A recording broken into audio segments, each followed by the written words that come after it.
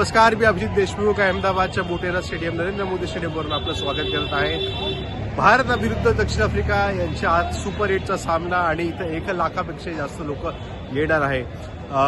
काय सांगावं आजच्या मॅचबद्दल. खूप दोन्ही संघ अपराजित आहे आणि आज अभिषेक शर्माचा फॉर्म परत येईल का हे बघण्यासारखं असेल. अभिषेक शर्माने आतापर्यंत तिन्ही मॅचमध्ये एकही रन स्कोर केलेलं नाहीये, पण हेच त्याचा जो गुरु आहे युवराज सिंग, त्याच्यासोबत सुद्धा असंच घडलं होतं 2007च्या वर्ल्ड कपमध्ये.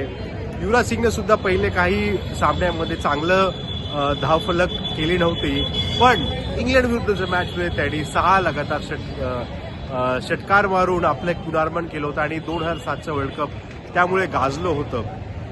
अभिषेक शर्मा काल सूर्यकुमार यादव याने प्रेस कॉन्फरन्समध्ये असं म्हणलं होतं की मला अभिषेक शर्माच्या फॉर्मबद्दल चिंता नाही, तर तो ज्या संघाविरुद्ध खेळणार आहे त्याची मला चिंता लागते. अर्थातच अभिषेक शर्मा आज नाही तर येणाऱ्या पुढच्या सामन्यामध्ये नक्कीच एक उत्स्फूर्त असं परफॉर्मन्स करणार आहे आणि जर तो एक्सप्लोर झाला तर नक्कीच सूर्यकुमार यादव म्हणलं तर आपल्या सगळ्याच मध्ये काय होणार आहे. अभिजित देशमुख नवराष्ट्रासाठी मोटेरा नरेंद्र मोदी स्टेडियम.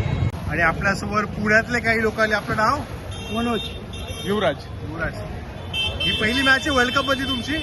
नाही, यापूर्वी वर्ल्ड कप फायनल पण या पूर्वीची मॅच पाहिलेला आहे. कुठली मॅच?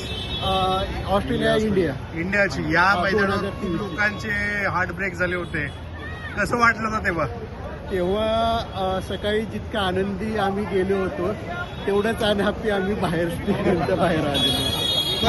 पण यावेळेस काय वाटायला की फायनल सुद्धा इथंच होण्याची अपेक्षा आहे? ज्या पद्धतीनं पाकिस्तान खेळत आहे मला नाही वाटत तो सेमीफायनलला जाईल.